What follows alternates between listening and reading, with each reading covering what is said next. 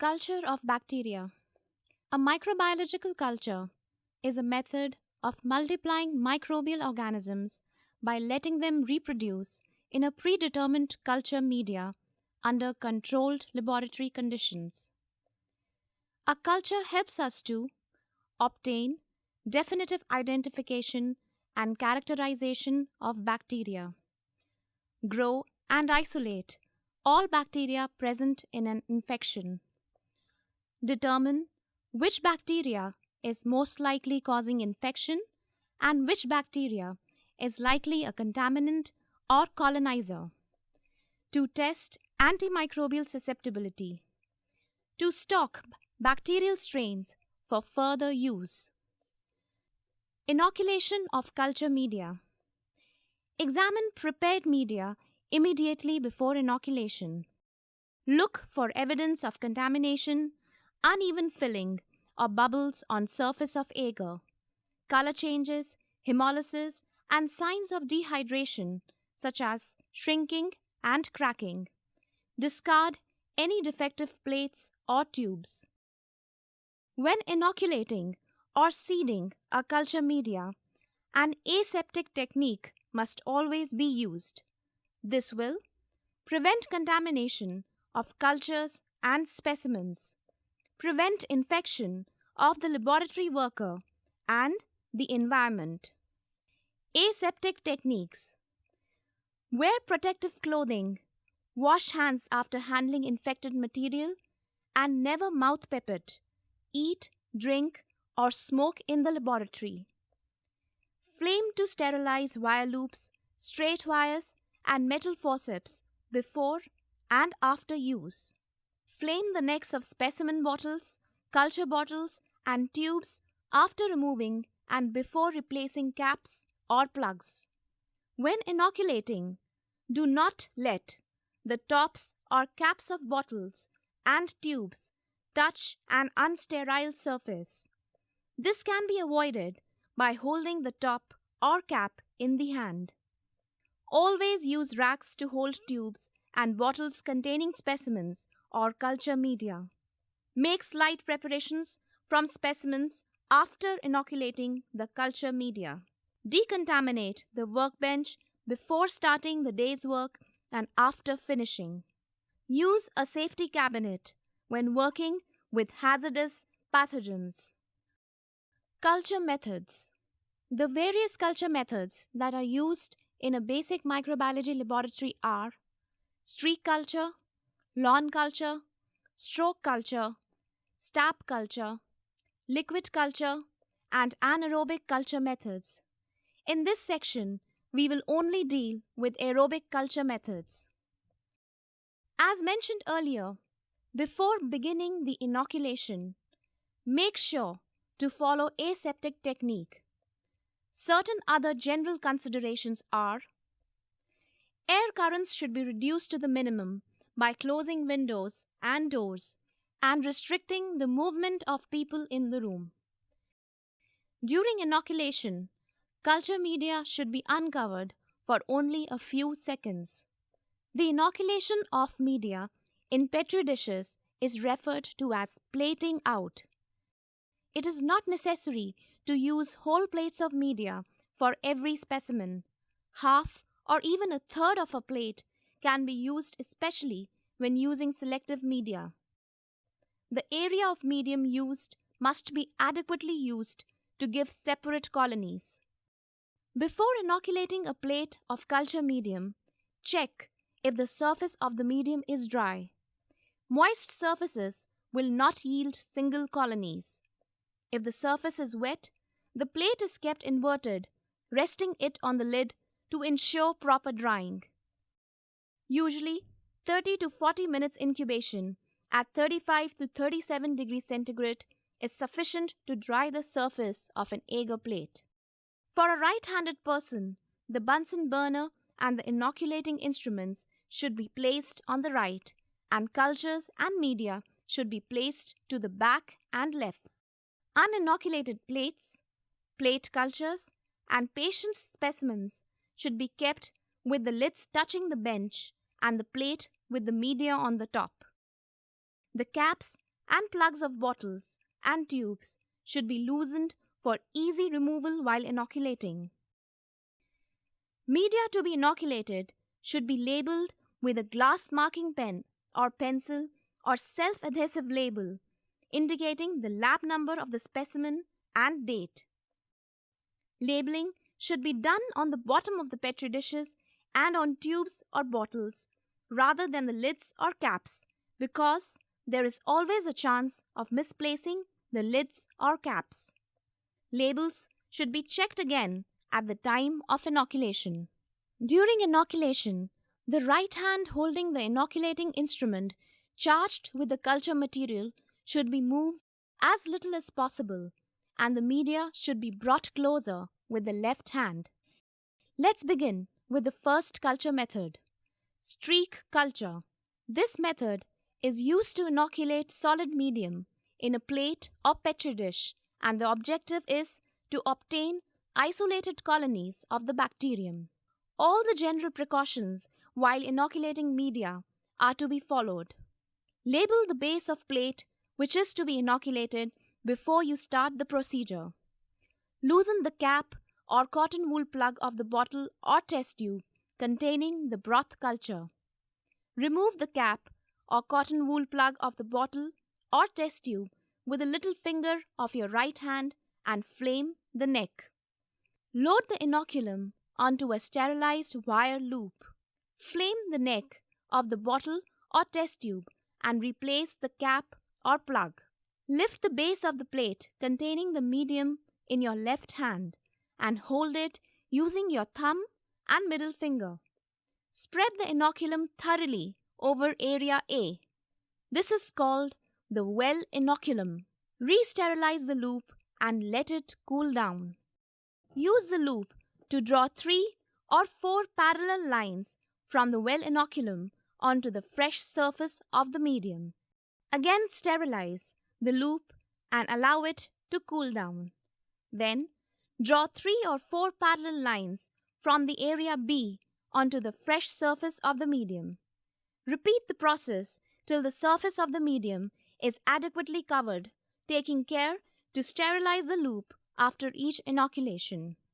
At each step, the inoculum is derived from the most distal part of the immediately preceding strokes.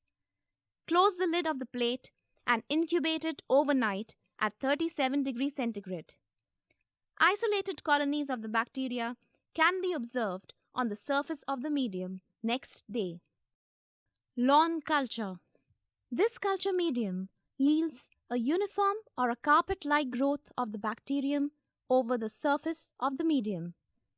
This method is mainly used for antimicrobial susceptibility testing. It may also be used for bacteriophage typing and for the preparation of bacterial antigens and vaccines. Lawn cultures are prepared by flooding the surface of the plate with a liquid suspension of the bacterium. Alternatively, sterile cotton swabs can also be used. This is also the preferred method and will be described here. All the general precautions while inoculating media are to be followed. Label the base of the plate which is to be inoculated before you start the procedure. Loosen the cap or cotton wool plug of the bottle or test tube containing the broth culture. Remove the cap or cotton wool plug of the bottle or test tube with a little finger of your right hand and flame the neck. Load the inoculum onto a sterilized cotton swab.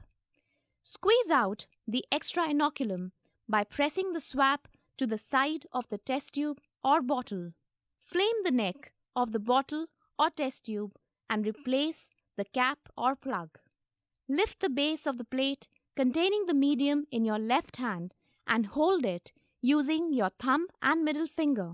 Streak the swab all over the surface of the medium thrice, rotating the plate through 60 degrees after each application.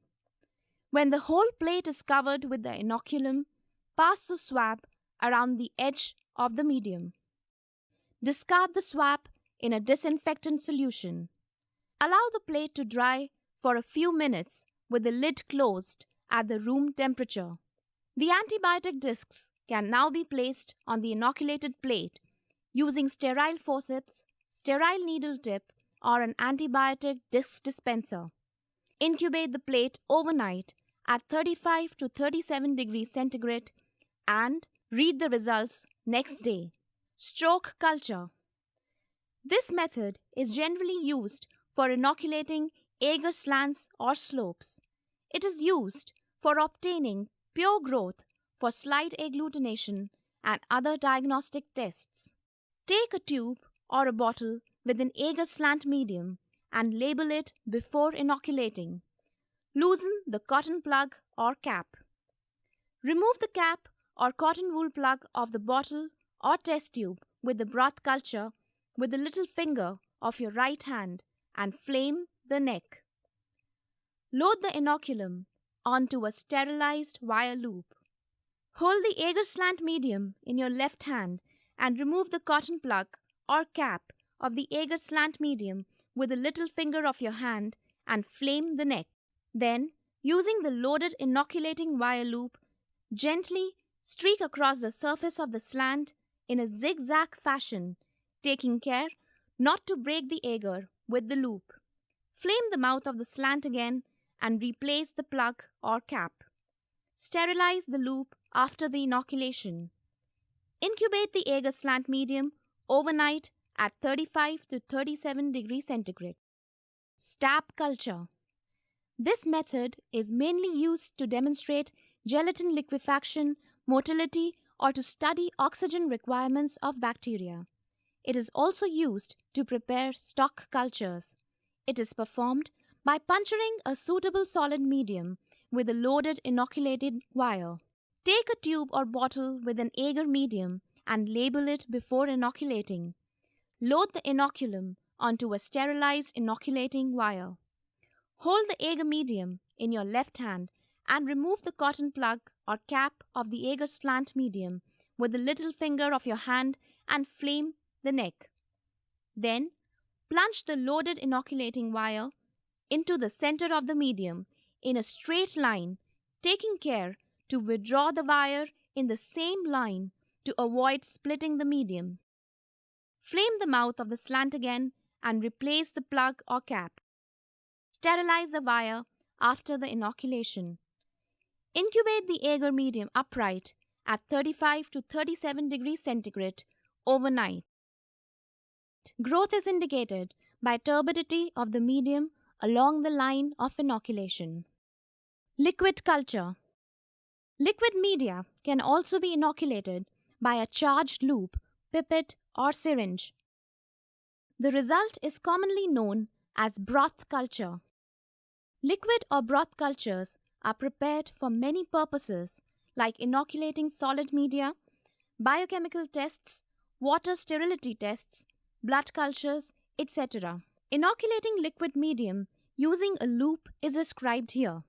Take any suitable sterile liquid medium like Peptone water, BHI broth, etc. and label it before inoculation. Loosen the plug or cap. Keep the specimen or culture plate from which a colony has to be inoculated ready.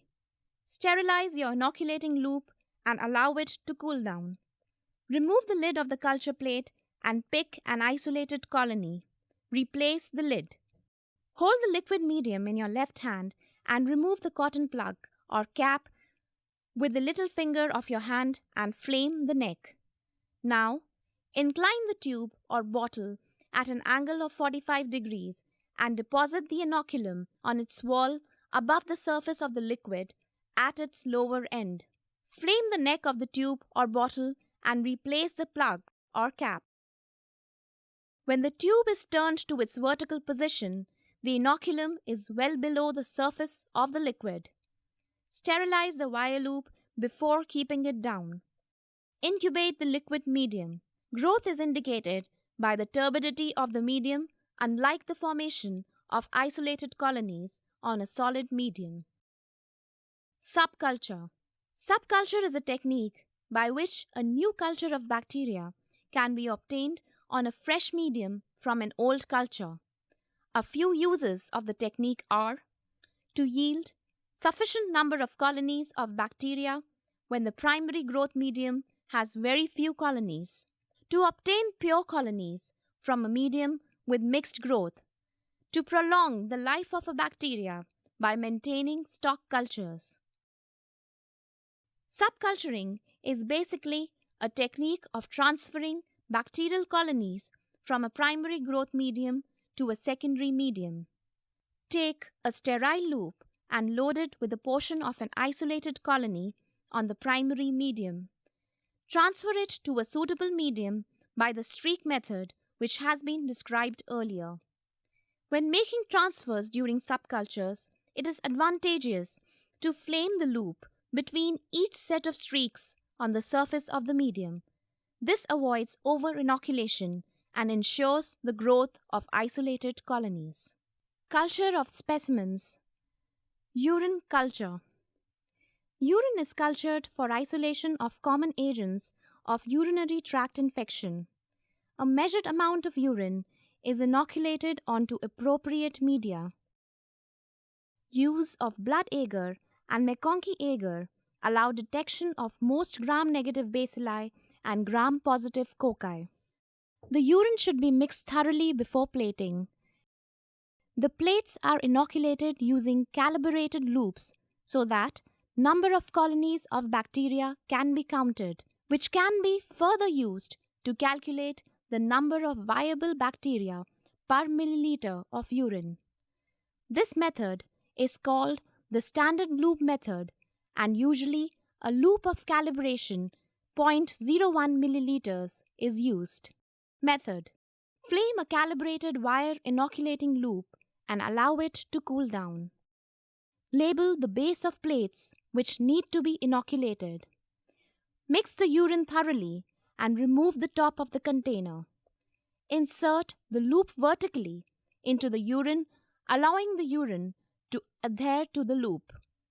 Spread the loop full of urine in a straight line onto the middle of the plate. Then, starting from one end of the line, spread the inoculum in a zigzag fashion across the middle line, covering an adequate portion of the surface of the agar. Without reflaming, insert the loop vertically into the urine container again and repeat the procedure for the other plate. Incubate plates for 24 hours at 35 to 37 degrees centigrade. Colony forming units, or CFUs, are counted on each plate and are multiplied by 100 to determine the number of microorganisms per milliliters of urine. Alternatively, multiply by 1000 if a loop of volume 0.001 milliliters was used. Re-incubate the plates with little or no growth for another 24 hours, as antimicrobial treatment might inhibit initial growth. Store the inoculating wire loop in test tubes taped to the wall with the handle down rather than directly on the bench to avoid destroying the calibration. Stool culture. Stool or feces is the commonest specimen examined for the detection of gastrointestinal infections. Bacteria, viruses, yeast, and parasites can all cause such infections. Therefore, it is advantageous to examine stool microscopically first by preparing saline and iodine wet mounts. For culture, a fecal suspension should be prepared for inoculation into different media. Unless the sample is fluid, a portion of solid stool is suspended in 2 to 3 milliliters of phosphate buffered saline or in 0.1% peptone water. Routine culture methods. Specimens received for detection of frequently isolated organisms like Enterobacteriaceae and Salmonella and Shigella species can be plated on a supportive medium like blood agar, a slightly selective medium like MacConkey agar, and a moderately selective medium like XLD agar. Blood agar is an excellent general supportive medium as it allows the growth of yeast species, Staphylococci and Enterococci. A differential or selective medium like MacConkey agar will support the growth of most Enterobacteriaceae. All lactose negative colonies should be tested further, ensuring detection of pathogenic bacteria like Vibrio. Moderatively selective medium like xylene lysine desoxycholate agar or XLD inhibit the growth of most enterobacteria, allowing pathogenic organisms like Salmonella and Shigella to be detected. This medium, along with detection of lactose fermentation, also detects the production of hydrogen sulfide by the formation of black colonies, which is characteristic of some Salmonella species. Enrichment broths. Enrichment broths like selenite F broth are sometimes used for the enhanced recovery of Salmonella and Shigella species. These broths are inoculated with fecal suspension and incubated in air at 35 degrees centigrade for 6 to 8 hours. Then, several drops from the broth are subcultured to at least 2 selective medium plates. Culture method. Unless the sample is fluid, a portion of solid stool is suspended in 2 to 3 milliliters of phosphate buffered saline or in 0.1% peptone water. Streak method of plating is used to inoculate blood agar, McConkey agar, and one selective medium like XLD if required. All plates are incubated at 35 to 37 degrees centigrade and examined at 24 and 48 hours for suspicious colonies. Sputum culture.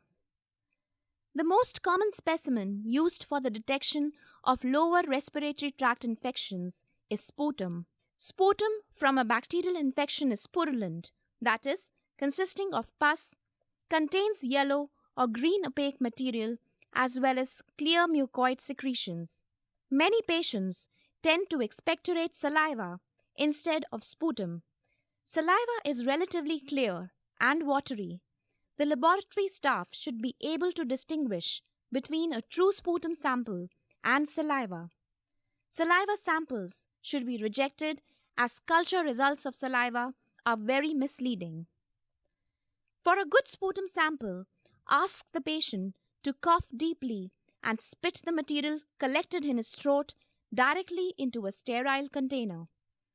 Tightly screw shut the container and wipe off any spilled material with a tissue moistened with disinfectant. The specimen should be transferred to the laboratory as soon as possible, preferably within 2 hours, as delicate pathogens may not survive for long. Smears for gram staining and Zn staining, when required, should be made after the plates have been inoculated to avoid any chances of contamination of specimen. The methods of gram and Zn staining have been described in a separate section. Culture method. Material for smear preparation for staining and culture should be taken from the most purulent portion of the sputum. Blood agar is a good medium to identify most bacterial pathogens. Sometimes chocolate agar can also be inoculated as it enhances the growth of pneumococcus and Haemophilus. The plates should be inoculated using the streak plate method, which has been described before. The plates should be incubated for 24 to 48 hours at 35 to 37 degrees centigrade and then examined. Pus culture. Pus for culture is often submitted to the lab on a swab. As far as possible, swabs should be avoided for sample collection as it tends to dry up the sample and trap the bacteria, which are then not released onto the culture plate. Pus or exudate should be collected in a sterile screw-capped bottle or a firmly stopped tube or syringe. If, however, a swab is decided to be used, use 2 swabs, one for microscopy and the other for culture. A dry swab should be first moistened with sterile saline or broth and then should be taken through the depths of the wound or lesion to load it with the sample. Always inoculate the plates first and then prepare smears for microscopy. Culture method. The specimen should be inoculated on 2 plates of blood agar, one for incubation at 37 degrees centigrade aerobically, and the other for incubation anaerobically in nitrogen or hydrogen plus 5 to 10% carbon dioxide. It should also be plated on McConkey agar and incubated aerobically. If the specimen is obtained on swabs, it should be first inoculated on blood agar and then onto McConkey agar. Streak method of plating, which has been described earlier, should be followed. The culture plates are examined after an overnight incubation at 37 degrees centigrade. If there is no growth on the plates, they should be re-incubated for another 24 hours. If there is still no growth, the plates can be discarded unless there is a suspicion of presence of some slow-growing organisms like actinomyces, in which case it should be incubated for 7 days.